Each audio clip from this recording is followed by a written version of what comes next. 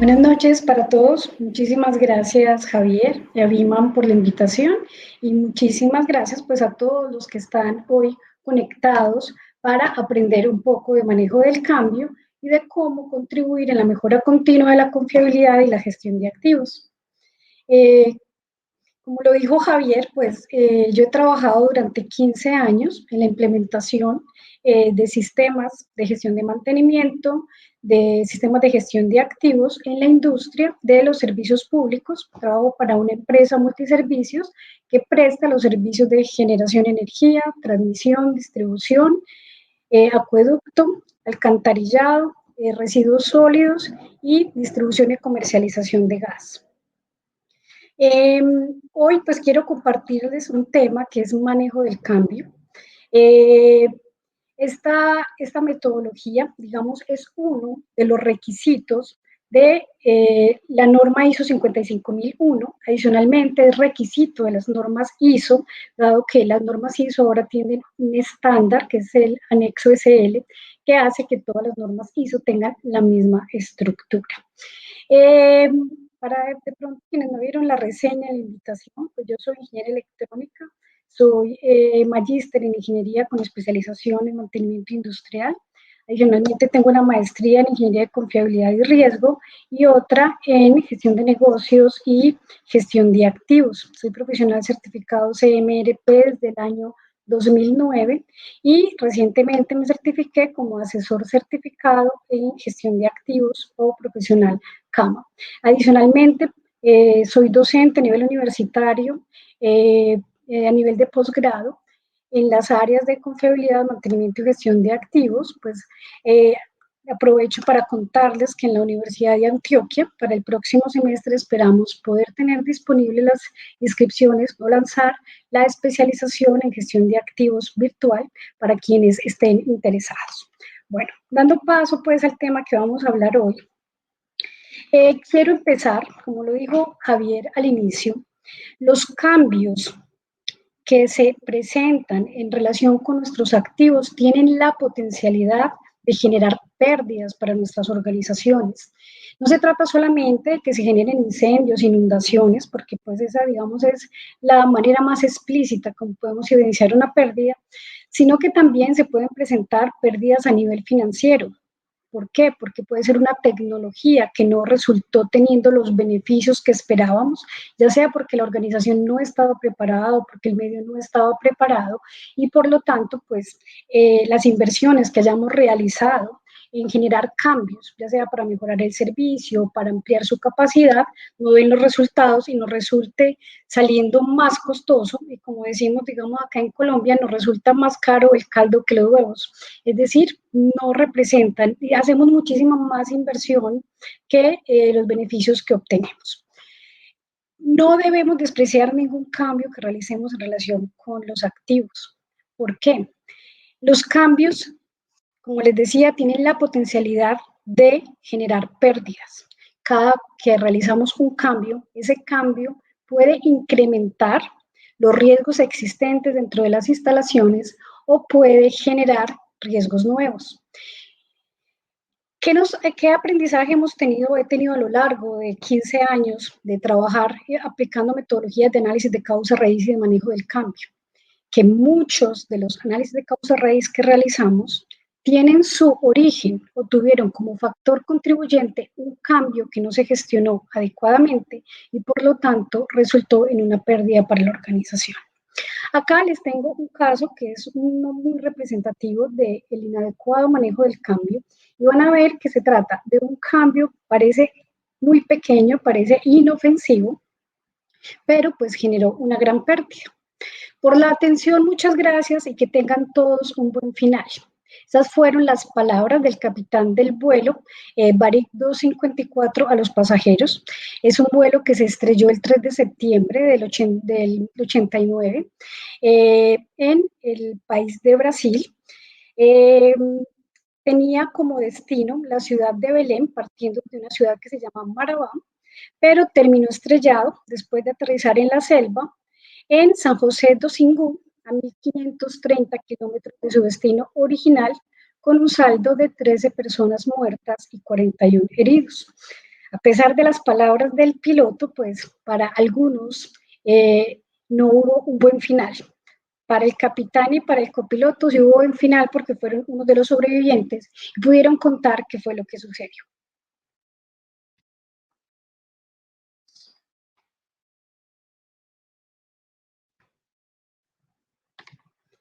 ¿Cuál es la causa?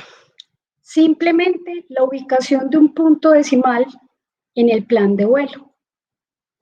La aerolínea había decidido días antes proporcionar un mismo tipo de plan de vuelo para aeronaves que usaban rumbo con decimales y las que usaban el valor entero. El rumbo con decimales se utilizaba para unas aeronaves, los de C-10, que se destinaban a vuelos largos. Pues obviamente los decimales en los grados de la ruta pues eran muy significativos en rutas largas, mientras que en vuelos más cortos o domésticos este número decimal, digamos, era irrelevante.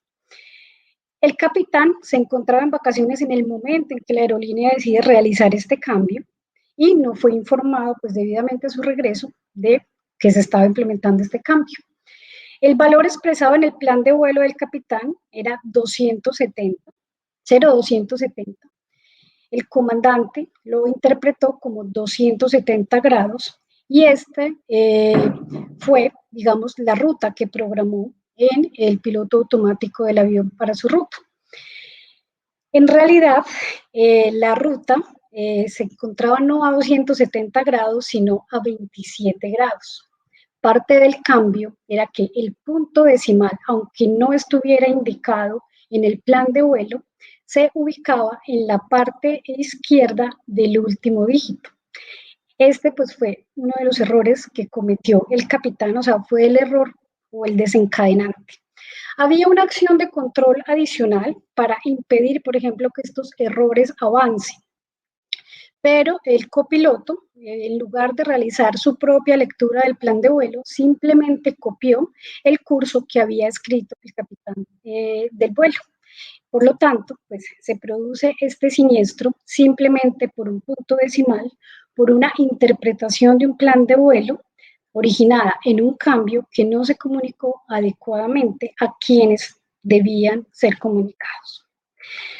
El requisito 10, que es de mejora en las normas ISO, establece la forma de actuar frente a eventos reales o potenciales en los activos. Cuando nosotros hablamos de mejora continua, nos vamos siempre al numeral 10 y el numeral 10 nos habla de tres requisitos adicionales. Uno es de la atención de no conformidades y acciones correctivas, es decir, lo que hacemos después de que nos ocurren los eventos de pérdida. Y usualmente ahí pensamos en metodologías como el análisis de causa-raíz, los 5 por qué, la espina de pescado, es decir, pues la investigación del incidente. Está el numeral 10.2, que es el de acciones preventivas, que nos dice que ante la posibilidad de ocurrencia de un evento de pérdida o de un evento que impide el logro de los objetivos de gestión de activos, también pues tomemos acción, analicemos las causas y implementemos acciones de control para evitar que suceda. Hay un numeral adicional que es el 10.3, que es el que explícitamente se denomina mejora continua y el que ya nos invita a que adquiramos mayor conocimiento acerca de nuestro negocio, de las nuevas tecnologías, que hagamos benchmarking, que compartamos información, incluso pues que participemos en eventos como Hablemos de Mantenimiento, que son formas de incorporar conocimientos y mejoras dentro de nuestros negocios. En general, todas las acciones de mejora nos piden que tomemos acción, es decir, detecto que ocurre una no conformidad, una desviación, o sea, me ocurrió el evento de pérdida, me ocurrió el paro de producción, me ocurre el daño de la maquinaria, me ocurre pues un evento catastrófico en instalación, una inundación, deslizamiento, incendio, que tomemos acción para mitigarlo, pero que adicionalmente evaluemos la necesidad de acciones de eliminación o mitigación, que implementemos esas acciones, que evaluemos su efectividad, que realicemos los cambios requeridos y que documentemos. Entonces, cuando nosotros estamos hablando de mejora continua, les decía, podemos tener acciones proactivas o reactivas. El numeral 10.1 nos está hablando de las acciones reactivas, mientras el 10.2 e incluso el 10.3 nos están hablando de acciones proactivas que podemos hacer en mantenimiento. Aquí, pues yo me voy a enfocar, digamos, en dos metodologías que están muy, digamos, posicionadas dentro del ejercicio de mantenimiento en nuestras organizaciones, y tenemos, pues, principalmente el análisis de causa-raíz, que ya afortunadamente se ha venido implementando con más juicio dentro de las organizaciones, y pues el manejo del cambio. El manejo del cambio es una herramienta o es una metodología que proviene del Process Safety Management. Es un sistema de gestión que se implementa básicamente en industrias petroquímica y de proceso. Me extraña que siendo una metodología que está orientada a prevenir los riesgos o las consecuencias de la materialización de los riesgos en nuestras organizaciones en términos de seguridad, en términos financieros, en términos de medio ambiente, en términos de reputación, y que exista desde 1960, digamos que solo hasta, digamos, como los años 80, 85, que se incorporó dentro de la gestión de activos, pues haya tomado un poco de fuerza, pero en realidad, digamos, la mayor fuerza la ha tomado como a partir del año 2000 hacia acá, incluso puedo atreverme a decir que es a partir del año 2010, y que ya con la existencia, con la salida de una norma como la ISO 55001 de gestión de activos, pues el manejo del cambio se convierta en una herramienta de mejoramiento para la confiabilidad y la gestión de activos en las organizaciones. No sorprende, por ejemplo, que este sea uno de los requisitos de más bajo nivel de madurez dentro de las auditorías de mantenimiento, pues incluso desde la experiencia que tengo yo en mi organización cuando hicimos el diagnóstico, en la escala de 0 a 3, digamos donde 3 es un nivel certificable de gestión de activos, en manejo del cambio tuvimos un nivel de madurez de 0.8. Es decir, conocíamos el nombre de manejo del cambio, pero no entendíamos qué significaba, ni cómo se implementaba, ni mucho menos pues los beneficios que podía traer para la organización. Cuando estamos hablando de estas dos metodologías, quiero aclarar, no estoy diciendo que una sea mejor que la otra, cada una tiene su función en el tema de la gestión de los riesgos dentro de las organizaciones, pero quiero es que hoy nos llevemos una reflexión de cuál de estas herramientas preferimos aplicar en nuestras organizaciones, teniendo en cuenta los beneficios, digamos, de manejo del cambio y las oportunidades que representa. El manejo del cambio, por ejemplo, ¿qué hace el manejo del cambio? Evaluar los impactos potenciales de los cambios propuestos en relación con los activos, de manera que los riesgos se mantengan en niveles tolerables.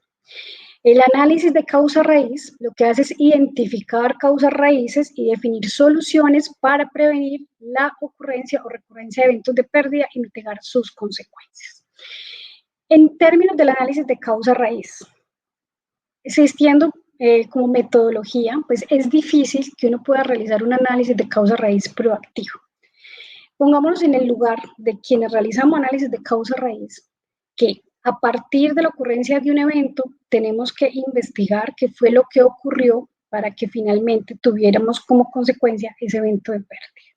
Es decir, establecer una cadena causal de eventos para determinar cuáles son los controles que fallaron y cuáles son las acciones correctivas que debemos implementar. O sea, estamos frente a un evento materializado que es real y pues tenemos la posibilidad de tener unas evidencias en ese evento.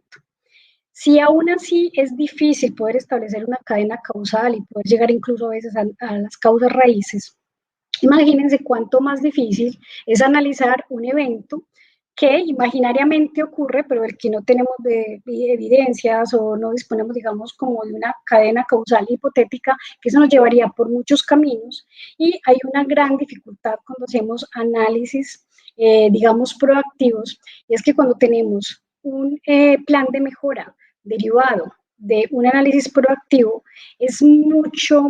hay mucha menos disposición de la organización a implementarlo, pues porque finalmente no se han materializado los eventos, mientras que cuando sí ocurre el evento, pues hay una mayor disposición, ya pasamos por la pérdida, ya nos dolió y hemos sufrido por ella, entonces tenemos más disposición a implementar las acciones de mejoramiento.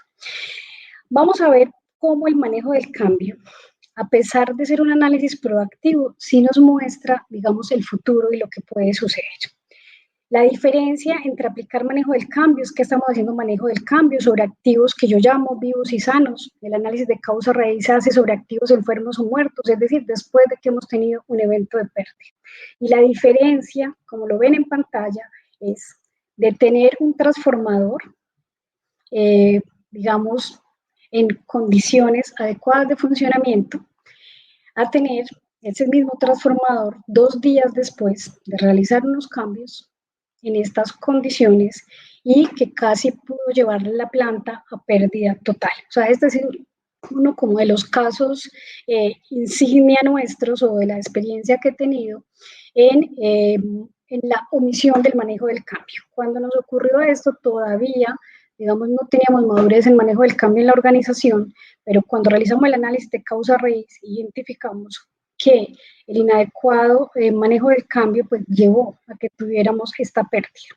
Ese manejo del cambio hemos evaluado, nos hubiera costado $60,000 frente a una pérdida que tuvimos de $52 millones. Ya vamos viendo entonces cuáles son unas de las diferencias en este caso en la magnitud de las pérdidas en relación con la aplicación de manejo del cambio o la aplicación del análisis de causa-raíz. El manejo del cambio es tan importante y se ha evaluado tanto dentro de las causales, digamos, de siniestros en la industria. Por ejemplo, hablamos de Piper Alpha. En Piper Alpha ocurrieron durante mucho tiempo una gran cantidad de cambios que frente a la ocurrencia, digamos, de una fuga de gas por una brida ciega, pues llevaron a que hubo una pérdida pues de tal magnitud que perdieran la vida 67 personas y que se diera la pérdida total de esa instalación. Y de que se convirtiera incluso en ya, digamos, el evento top o, digamos, el evento que motivó a que ya se empezaran a plantear, digamos, como estándares de industria para todas las industrias que impidieran que esto sucediera. A Piper Alpha le antecedió Chernobyl. En Chernobyl también iban a realizar una prueba en los servicios auxiliares de los reactores. Desafortunadamente, el día que van a realizar la prueba, pues no la pueden realizar durante el día, que era el turno de operación y el personal que conocía qué prueba iba a realizar. La prueba se aplaza para el turno de la noche, el personal no estaba tan experimentado ni preparado para la prueba, pues ya conocemos las consecuencias de Chernobyl. Hay otra central hidroeléctrica que se llama Sayan Hydro, que fue en Siberia en el año 2009. También sucedieron algunos cambios, por ejemplo, que los reguladores de velocidad eran del tipo prototipo y se presenta pues, una alta vibración en una de las máquinas con una fuga de agua gigantesca que también termina matando 74 personas y generando un desastre ecológico pues, en la zona donde se ubica la central. Hay un artículo que habla acerca de los accidentes industriales del siglo XXI. Cuando yo lo leí, cuando vi que eran 111 accidentes, pensaba cuando el artículo es de 2011. Entonces yo decía, no puede ser que sea de este año, se equivocaron en el siglo, debe ser del siglo pasado, no, efectivamente, en solo 11 años de este siglo habían ocurrido 111 accidentes catastróficos, el 70% de ellos provenientes de acciones de mantenimiento y digamos, en valor absoluto de todos esos, la mitad, casi la mitad de los eventos de las acciones de mantenimiento, casi el 35% correspondía a cambios que se realizaron y no se gestionaron. Entonces, Como es tan importante el manejo del cambio, las normas ISO y la ISO 55001, pues que no es la excepción, establecen el manejo del cambio como un requisito y nos dice que antes de implementar cualquier cambio debemos valorar los riesgos asociados, ya sea que este cambio sea temporal o permanente, pero es en función de que pueda tener impacto en el logro de los objetivos de la gestión de activos. Recordemos que el objetivo general de la gestión de activos es la generación de valor. Y la generación de valor es el logro de los objetivos propios de la organización. Están relacionados con rentabilidad, con cumplimiento legal y ambiental, con la reputación, con la seguridad de las personas. Está relacionado con los niveles de servicio, con la calidad del servicio y, pues como les decía, también con los retornos financieros. A veces evaluamos los cambios y creemos que solo la falla catastrófica es que se produzca el incendio, la inundación o el deslizamiento. También, como les decía, es que no se genere la rentabilidad a partir de las intervenciones que realizamos en los activos y luego pues tengamos que sostener un activo no rentable porque ya cometimos el error de haber incorporado unos cambios que no se analizaron y que terminaron, en lugar de ser un beneficio para la organización, se convirtieron en un riesgo que se materializó y generó pérdidas. ¿A qué nos referimos? A veces, por ejemplo, dentro del manejo del cambio también se evalúa, por ejemplo, proyectos de modernización o de actualización tecnológica de instalaciones, en las que simplemente empezamos, puede ser que decimos, quiero cambiar un PLC porque ya me parece obsoleto, porque ya hay uno nuevo.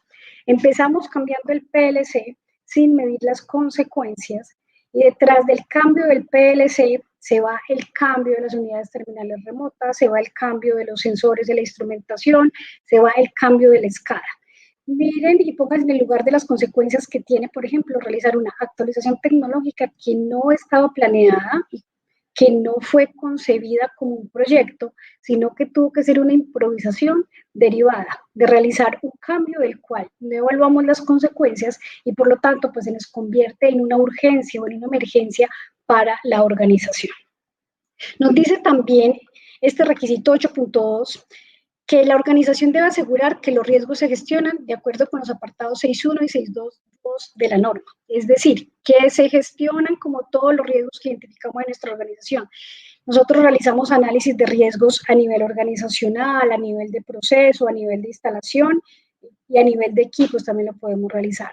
El manejo del cambio tiene la ventaja de que nos concentramos mucho más en los cambios específicos que realizamos sobre los equipos. A veces percibir los riesgos organizacionales, o sea, eso los vemos como muy globales, como que no sabemos, digamos, cuál puede ser el suceso iniciador que nos lleva, digamos, a esa pérdida organizacional grandísima. El manejo del cambio nos ilustra muchísimo dónde puede generarse el suceso iniciador que va a dar origen a una pérdida organizacional, porque pues se hace un análisis específico ante un cambio. Entonces, y frente a los riesgos, ¿qué hay que hacer? Identificarlos, medirlos, definir medidas de tratamiento, aplicar las medidas del tratamiento y evaluar la efectividad de esas medidas. Y que también, pues, ante los cambios planificados, la organización debe revisar consecuencias no deseadas, tomando acciones para evitar efectos adversos. El manejo del cambio, ¿qué es? Definición. El manejo del cambio es un conjunto de métodos para evaluar impactos potenciales de un cambio propuesto en relación con los activos, ya sea que el cambio es temporal o es permanente. No nos confiemos de los cambios temporales. Un cambio temporal. Dentro de, por ejemplo, un cambio temporal que es muy común es el de la violación o el bypass, por ejemplo, de una medida de protección que tengamos dentro de la organización. Por ejemplo, un fusible, ya sea térmico, ya sea eléctrico, ya sea un fusible mecánico, para de pronto mantener la disponibilidad de la planta hasta que podamos realizar una intervención. O incluso la inhibición de alarmas o disparos dentro de nuestras máquinas que puede llevar a un evento catastrófico. Estos cambios temporales son, digamos, los que más caracterizan a quienes trabajamos en mantenimiento. Eh, se registran mucho como los cambios de emergencia. Ahorita vamos a hablar un poquito sobre los cambios de emergencia que también están dentro del alcance del manejo del cambio y también tiene una forma de gestionarse. O sea, incluso es hacer una gestión del cambio, un manejo del cambio después de que hemos implementado el cambio, pero de una manera oportuna, de manera que podamos controlar los riesgos. ¿Cuál es el objetivo del manejo del cambio? Que los riesgos se mantengan en niveles tolerables para la organización. Es decir, que no aparezcan riesgos nuevos y que el nivel de riesgos existentes, los que ya conocemos, no se incremente. Toda actividad industrial es generadora de riesgos. Eso lo dice un libro que se llama La Sociedad del Riesgo, que lo pueden estudiar. Y pues, por lo tanto, hay un nivel inherente de riesgos en todas las actividades industriales que nosotros realizamos. Pero la idea es que esos riesgos se mantengan en niveles tolerables, tanto para nosotros como para los terceros, es decir, para la sociedad en general. El manejo del cambio, ¿qué alcance tiene? Los cambios en relación con los activos físicos tienen diferentes fuentes, pueden ser internos o pueden ser externos. Podemos implementar cambios basados en una necesidad, por ejemplo, de nuestros clientes, un cambio que venga, por ejemplo, del regulador, si es que somos un negocio o una actividad regulada, cambios que pueden darse también a partir de la legislación. Por ejemplo, digamos, la legislación ambiental es una que afecta muchísimo, digamos, las actividades industriales y obligan a que realicemos cambios. Los cambios también se derivan, pues, internamente de aprovechar oportunidades que podemos tener, de implementar nuevas tecnologías, de estar, digamos, al orden del día en el estado del arte o en las últimas tecnologías de nuestros procesos y nuestras instalaciones. Los cambios, ya lo hemos dicho, pueden ser temporales o permanentes. Estos cambios pueden darse tanto en equipos o sistemas, es decir, cambios físicos, tangibles, palpables, cambiamos materiales, cambiamos productos, cambiamos cantidad de producto, cambiamos sistemas de información, cambiamos software, cambiamos hardware. Cambios operacionales, es decir, en los sistemas de gestión y control que utilizamos para nuestros procesos. Son los settings de operación, incluso hasta los cambios en los turnos de operación o en las cargas de operación, o sea, de cuánto vamos a producir, también son cambios. Y cambios organizacionales, es decir, cambios relacionados con la jerarquía organizacional, con el gobierno corporativo, con las dependencias, con las personas, con, digamos, los niveles de reporte o los niveles de comunicación. Cambios en relación con la organización se da mucho cuando se presentan fusiones o adquisiciones de una empresa por otra, que podemos pasar, por ejemplo, a tener unos cambios mezclados como organizacionales y operacionales, que es el caso, por ejemplo, de Longford, que era una planta de despacho de gas en Australia, en el que se dio un cambio. Esta planta es de la empresa Shell. Allí se dio un cambio, hay un cambio organizacional que afectó las operaciones.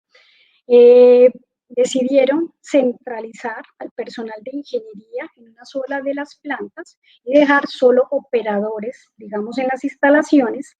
Y pues en un día cualquiera se presenta una condición de riesgo que los operadores no pudieron identificar, pues debido como a que no existía la comunicación directa con el personal de ingeniería, no fue comunicado oportunamente y eso llevó pues a que se ocurriera una explosión y que durante 6 días estuviera la ciudad de Longford sin suministro de gas. Entonces, cambios organizacionales relacionados con qué?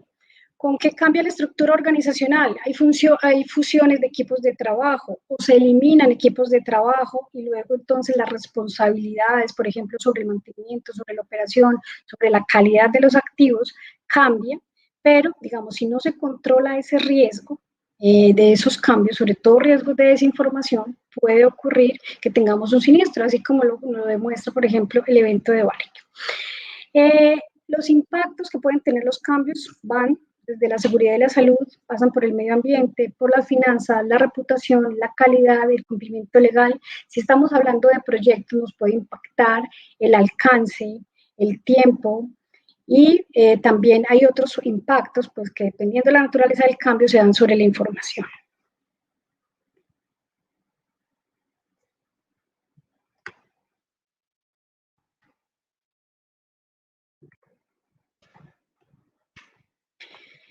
¿Cuál es el alcance del manejo del cambio? Ya les decía, allá tenemos cuáles son los cambios que se pueden gestionar y cuáles no deberían estar cubiertos por la metodología, porque también tenemos que tener un sentido de proporcionalidad en la aplicación del manejo del cambio.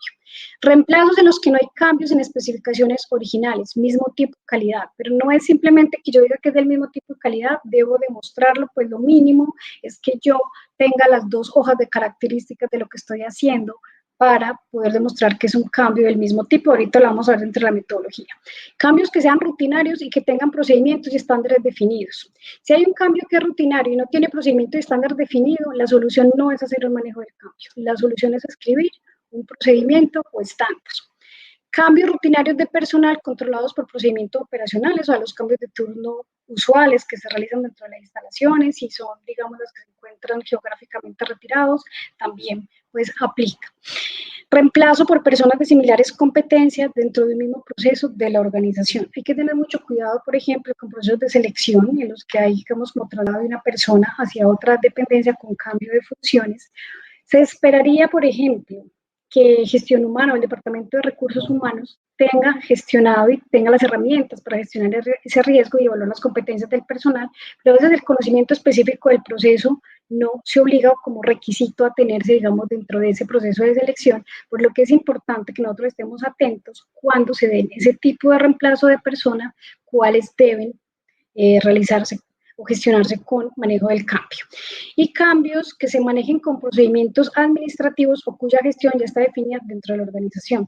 ¿Qué tipo de cambios están relacionados? Por ejemplo, cuando realizamos cambios en los planes de mantenimiento. Entonces, pregunta, ¿vamos a hacer manejo del cambio por el cambio del plan de mantenimiento? La respuesta es no. Si yo realizo mi definición de planes de mantenimiento a partir de una metodología, ya sea RCM, ya sea PMO, ya sea mantenimiento basado en condición, se supone que esta metodología ya ha tenido las consideraciones y tiene la fundamentación tanto de basarse en confiabilidad como de basarse en riesgo para que, digamos, quede sustentado el cambio y por lo tanto no sea necesario aplicar un manejo del cambio. En el manejo del cambio entre las organizaciones hay unos roles. Estos roles, pues dependiendo de la naturaleza de la organización y del tamaño, pues pueden cambiar de nombres, pueden ser las mismas personas siempre, pero eso depende del proceso.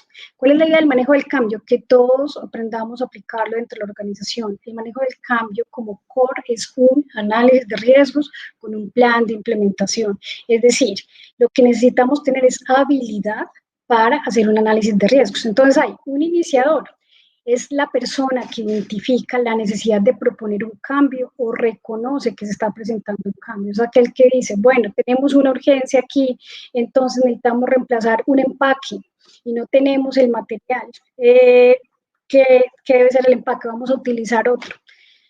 Ese puede estar proponiendo el cambio, o bien puede ser una persona que es testigo de que se va a realizar ese cambio, pero que no se está, digamos, como evaluando los riesgos.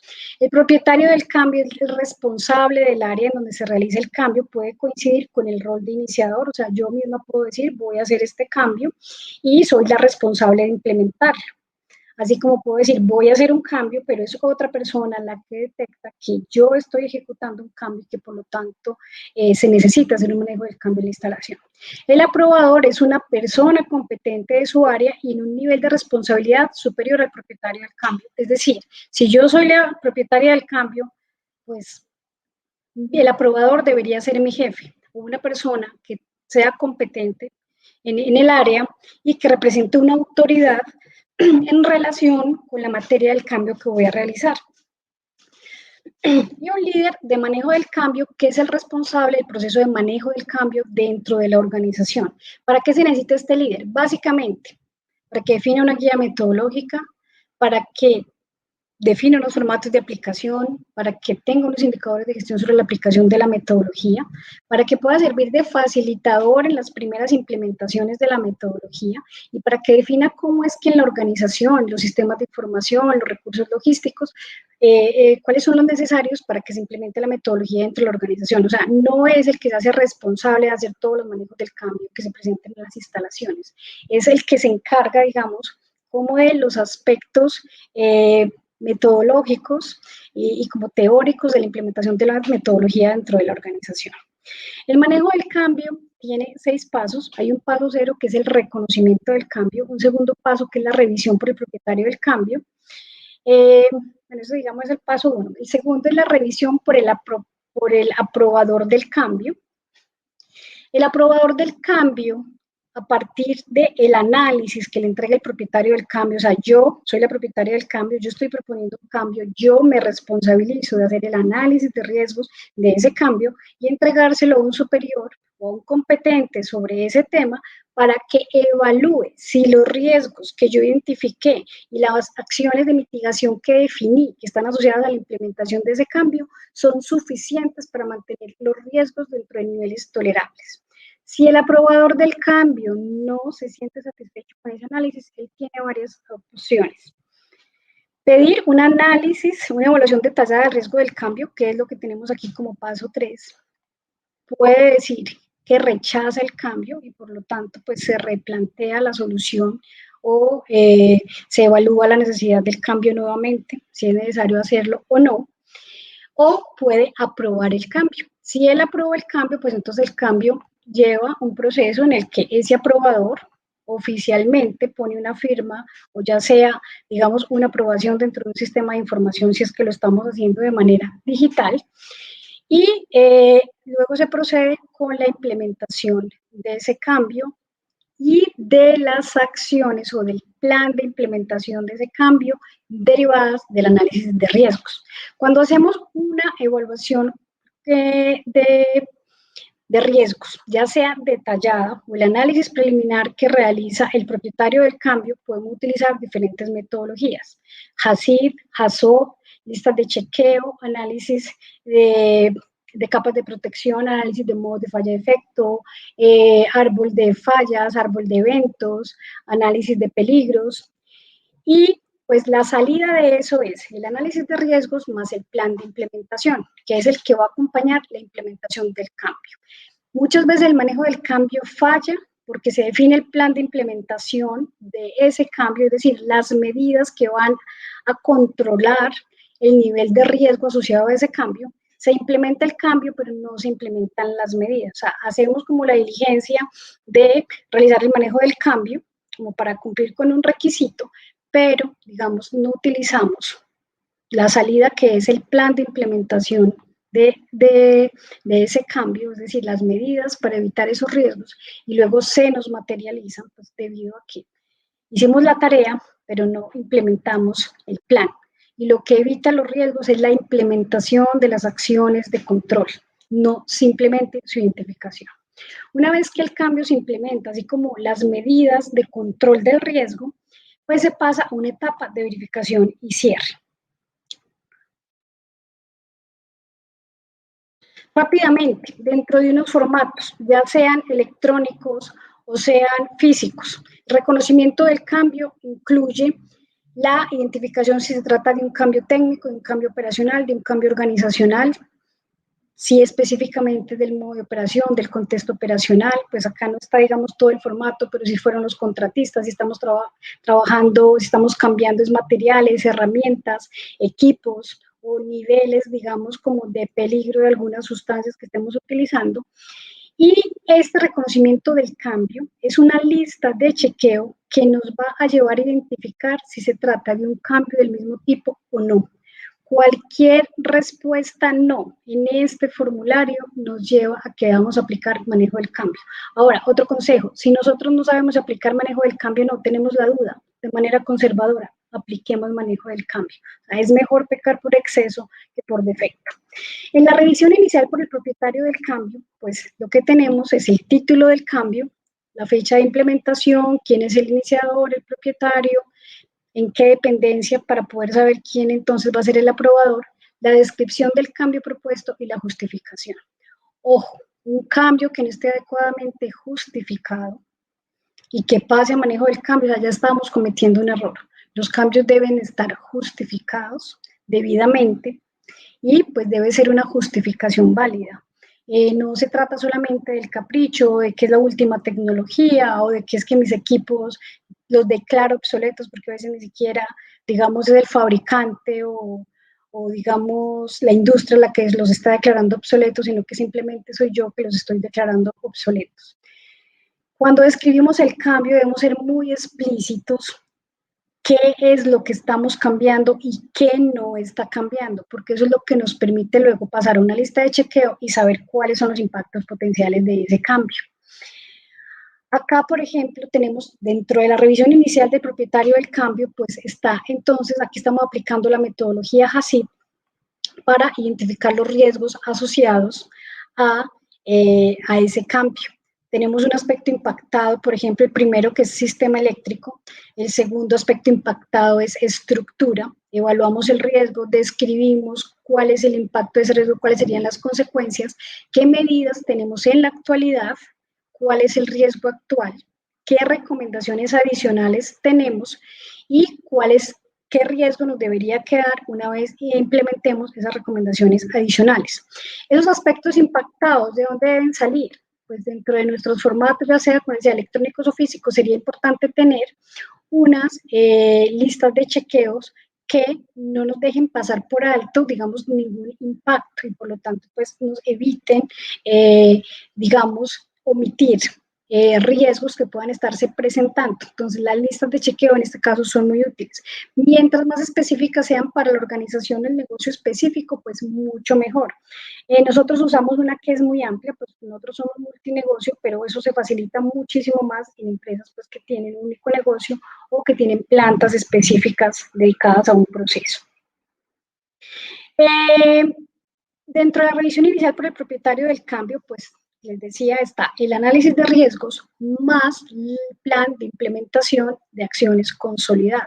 Por ejemplo, pues acá lo que estábamos evaluando es que vamos a poner una nueva instalación eléctrica en un taller y haciendo el manejo del cambio descubrimos que detrás de esa nueva instalación eléctrica pues tenemos unas instalaciones hidráulicas y dentro de lo que identificamos como riesgo pues es que podamos tener un cortocircuito derivado de la energización de las instalaciones hidráulicas y por lo tanto dentro de las acciones para mitigar los riesgos tenemos la instalación eléctrica utilizando cajas herméticas. Eso es, digamos, como una de las acciones de implementación. Entonces, cuando yo voy a implementar el cambio, pues también debo implementar esta acción para la mitigación del riesgo.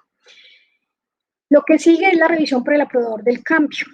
Como les decía, si el aprobador del cambio tiene alguna observación, puede repetir la revisión inicial, o sea, decirle al propietario del cambio, a quien está proponiendo el cambio, que vuelva a realizar un análisis más profundo y con un enfoque pues en que pueda, digamos, aportar muchísimo más en las preocupaciones que tenga el aprobador. O sea, el aprobador a veces dice, no, ¿y será que eso se nos da resultados? ¿Será que la vida útil esperada de esos equipos sí es la que promete el fabricante? Entonces lo que está pidiendo es como informémonos muchísimo mejor sobre lo que estamos haciendo para poder estar tranquilos sobre el cambio.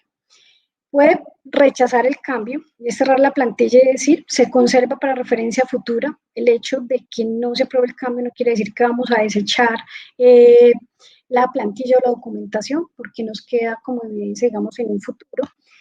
O solicitar el desarrollo detallado de la evaluación del riesgo. Cuando él está pidiendo un desarrollo detallado, pues ya lo que está diciendo es que incorpore personas con mayor nivel de conocimiento o mayor especialización en el área en la que se está realizando el cambio. Es decir, ya no es la revisión inicial del cambio, sino escalar. Porque eso es una, digamos, como de las sutilezas que hay cuando los aprobadores solicitan una evaluación detallada, pero se le están pidiendo a los mismos que ejecutaron el análisis preliminar. O sea, ya en ese caso debería cambiar el personal o incrementarse el grupo de análisis del manejo del cambio. Esta pues es una plantilla de evaluación detallada del riesgo porque si la solicita el aprobador, pues entonces debe indicar qué personas deberían participar. Luego se sigue con una etapa de aprobación. En la aprobación es donde yo como aprobador competente, no se trata solo de la autoridad para poner presupuesto, porque es uno de los errores que se comete, de decir que el cambio se va a implementar simplemente porque el jefe o porque ya se aprobó el presupuesto. O hay una diferencia grande entre quienes tienen, digamos, la autoridad para asignar presupuesto y quienes tengan la autoridad técnica para poder aprobar cambios. Los jefes, no necesariamente todos, pues son, digamos, conocedores de todas las disciplinas de la ingeniería, eh, pero ellos sí son responsables de asignar al personal competente para el análisis de los cambios. Pues entonces acá él realiza la aprobación, puede decir que se proceda con la implementación, dentro de esa aprobación pues dice para qué fecha específica es que se aprobó el cambio, luego se procede con la implementación del cambio, y aquí dentro del plan de implementación entonces está implementar el cambio como tal, más las acciones del plan de implementación de acciones consolidadas, es decir, las acciones que van a evitar que ese cambio no se incremente el nivel de riesgo. Adicionalmente, en la implementación, nosotros, dentro del análisis de riesgos que hemos realizado, hemos debido identificar tanto la documentación como el entrenamiento que es requerido. En el caso de Baric 254, pues se omitió, se realiza un cambio, pero se omite la identificación de cuál es el entrenamiento que es requerido y cuál es el equipo de trabajo que debe ser entrenado y cuál es el tipo de entrenamiento que debe recibir, pues un pequeño detalle en informarle a un capitán que se ha realizado un cambio en los planes de vuelo y que ahorita no se va a utilizar explícitamente, que se va a utilizar el mismo plan de vuelo para los dos tipos de aeronave, pues y no informarlos. Miren la consecuencia que eso tuvo. Luego se da la verificación y cierre, y es cuando verificamos que el cambio está funcionando según lo definido. Es decir, que está honrando la justificación de ese cambio. Voy a cambiar este proceso, voy a incorporar, digamos, una optimización, voy a automatizar este proceso y ese es mi cambio para hacerlo más eficiente y mejorar la productividad. En la verificación y cierre yo estoy verificando si efectivamente la productividad se incrementó o si los desperdicios o la calidad mejoró, por ejemplo, si esa era la promesa de ese cambio. Y también verifico que se hayan implementado todas las acciones de mitigación de los riesgos, que todos los documentos se han actualizado o creado y que la capacitación y el entrenamiento se han completado. Debe existir, digamos, un verificador adicional que es parte del equipo, es una persona diferente al propietario del cambio y que haga parte del equipo del aprobador del cambio, es decir, que esté bajo el mismo gobierno del aprobador del cambio. En caso de que hayamos realizado un cambio temporal, ¿qué es un cambio temporal? Para un cambio temporal hay que definir cuál es el plazo para definirlo como temporal. En nuestro caso, por ejemplo, definimos un cambio que sea inferior a 6 meses, es un cambio temporal. Superior a eso es un cambio permanente, y si un cambio temporal luego se define que queda como permanente, es necesario volver a realizar el manejo del cambio. ¿Cuáles son los beneficios del manejo del cambio? En nuestro caso, nuestra experiencia. Nosotros, pues digamos, son los datos del año pasado. Hasta el año pasado habíamos analizado 18 casos de fallas. Habíamos realizado solo 5 manejos del cambio, pero descubrimos dentro de estos 18 análisis de fallas que el inadecuado manejo del cambio aparecía 14 veces, ya sea como factor causal o factor contribuyente dentro de la ocurrencia de los eventos. Entonces, miren que cuando uno está evaluando, digamos, a veces la madurez de una organización frente a la mejora continua, frente al mantenimiento de clase mundial, uno también debería evaluar, o sea, cuánto análisis de causa raíz estamos haciendo, cuántos manejos del cambio, o sea, qué tan proactivo estoy siendo, o sea, no debo sentirme satisfecho solo porque estoy analizando los eventos que me ocurren. Mi objetivo principal debe ser impedir la ocurrencia de esos eventos.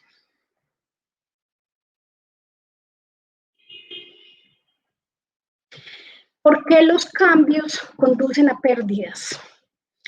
Los cambios, por ahí hay un filósofo, en el Process Safety Management y decía, si nada cambia, nada cambia.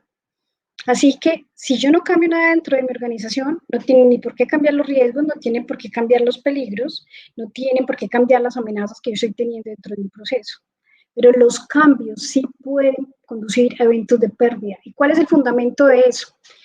Hay una teoría que se llama la criticalidad autoorganizada, que es de Peerback, incluso hay un libro que se llama específicamente así, y habla de que la magnitud de un evento de pérdida en un sistema no depende del suceso iniciador, sino de la vulnerabilidad del sistema frente al mismo.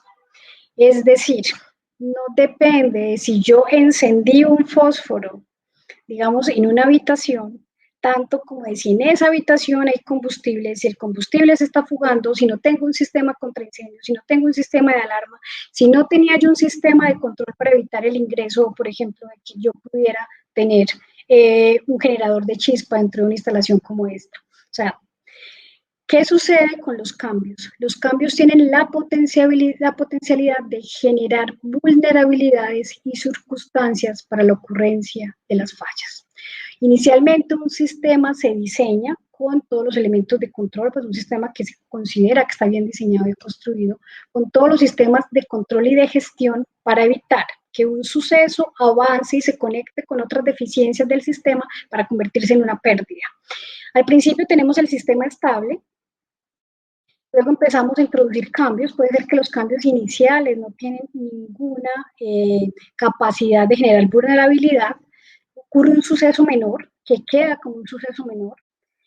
Yo les cuento ese transformador que les mostré ahorita, ese evento nos ocurrió a nosotros en el 2017, en el año 2007 nos ocurrió el mismo suceso iniciador y quedó como un incidente. No tuvimos ni siquiera daño del transformador, o sea, todos los sistemas de control y protección actuaron y pues se evitó que eso se convirtiera en una cadena de eventos que terminara en una catástrofe. 10 años después, el mismo suceso iniciador nos genera casi la pérdida total de la planta. Es decir, no solo se pierde el transformador, aparte del transformador se queman otros 2 transformadores y pues el sistema de control de la planta y mucha de la estructura civil, los cables. ¿Qué sucedió? Tuvimos 10 años para realizar muchos cambios dentro de la planta, muchos muy significativos, para que incrementáramos la vulnerabilidad. ¿Qué sucede? Vamos incrementando la vulnerabilidad de nuestra planta hasta que el mismo suceso menor se convierte en una catástrofe. Entonces, ese es el camino que hacen los cambios. ¿Cuáles son los beneficios reales del manejo del cambio? Aquí los vemos. Estas son fallas que nos han ocurrido a nosotros en la realidad. En pantalla estamos viendo el incendio de unas bobinas limitadoras de corriente en una de nuestras subestaciones. Habían sido instaladas en el año 2012 y en el año 2018 presentaron una falla. ¿Qué sucede? ¿Se trataba de una mejora? Sí, hay que tener en cuenta que las mejoras también son cambios. Una de las principales deficiencias de nuestro sistema de gestión de manejo del cambio es que no tenemos una definición clara de cambio y por lo tanto consideramos, por ejemplo, que una mejora no es un cambio. Una mejora también es un cambio. Todo lo que altere las condiciones actuales de mi instalación o de mi proceso se denomina cambio y por lo tanto debe evaluarse si tiene que ser gestionado o no con manejo del cambio. Tuvimos una pérdida de $22,000 y hemos analizado que el manejo del cambio para esta instalación, específicamente para esas bobinas limitadoras de corriente, nos hubiera costado $1,700, incluyendo el costo de las acciones correctivas que se debían implementar. Otro de los cambios que tenemos a la derecha es durante un mantenimiento o una emergencia, pues tenemos un daño en un compresor.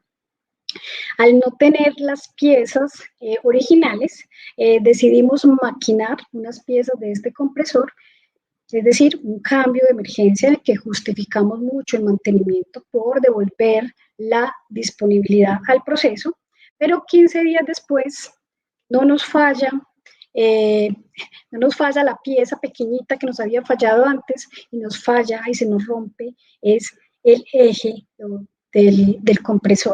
O sea, nos salió muchísimo más costoso, una indisponibilidad muchísimo más larga, una pérdida de $31,200 frente a un manejo del cambio que hemos evaluado que nos hubiera costado $1,675. Otra de las pérdidas, una fuga en una compuerta de una microcentral hidroeléctrica. Aquí nos ocurre también un cambio muy pequeñito. Es un cambio en el software que desafortunadamente inhibe las alarmas y los disparos de la compuerta, y durante una operación de prueba lo que hacemos es que se sobreretrae el pistón, digamos, de la compuerta y se nos genera una fuga que la tuvimos durante casi 6 días mientras podíamos ver cómo podíamos controlar la fuga porque era muchísima la presión de agua. Esto, por ejemplo, generó 2 personas heridas. Un cambio que uno decía, pues, ¿qué pasó? Es simplemente hacer un cambio en el software pequeñito, igualito que decir, ahorita no vamos a utilizar punto decimal, no vamos a utilizar 4 dígitos para los planos de vuelo en lugar de los 3 que estamos acostumbrados. Igual sucedió aquí, parece un cambio inofensivo, una pérdida de $410,000 frente a un manejo del cambio que hubiera costado $370, porque físicamente solamente lo que había que hacer era tener cuidado y haber analizado las implicaciones que tenía realizar ese cambio que realizamos sobre la compuerta. Digamos ya, yéndonos al otro lado, hemos realizado un manejo del cambio muy exitoso, que es el de la incorporación de subestaciones digitales dentro de nuestra infraestructura. Las subestaciones digitales sí existen en el mundo, pero nosotros no hemos tenido hasta ahora ninguna, y hemos hecho un manejo del cambio que ha costado $7,200 y en el que hemos evaluado el riesgo mínimo evitado en $300,000 y un riesgo máximo de $2,500,000. Esos beneficios los calculamos, digamos, en función de los riesgos evitados. Las pérdidas nos han enseñado si cuánto se puede perder y cuánto nos hubiera costado. Ustedes pueden ver la diferencia tan grande que existe entre aplicar manejo del cambio y permitir que nos ocurra un evento de pérdida. Ahora, cuando nosotros tenemos la mejora continua, nosotros podemos hacerlo de manera proactiva o reactiva. Tenemos manejo del cambio y tenemos análisis de causa raíz. Pero tenemos una restricción y es que tenemos recursos limitados, tanto de personas como de tiempo, a veces de conocimiento, de capacidad. ¿Qué elegimos? ¿La mejora proactiva, que es el manejo del cambio, o la mejora reactiva a partir del análisis de causa raíz? Ya sabemos cuánto nos cuesta cada una de ellas, entonces esa es, digamos, una decisión que tenemos que tomar, qué es lo que queremos hacer con el conocimiento que tenemos disponible, con el personal y con el tiempo que tenemos frente a la mejora continua. Como dijo el capitán del vuelo Varig 254, por su atención, muchas gracias y que tengan todos un buen final ahora que saben para qué sirve el manejo del cambio y los beneficios que tiene. Muchísimas gracias, ya quedo atenta a las preguntas.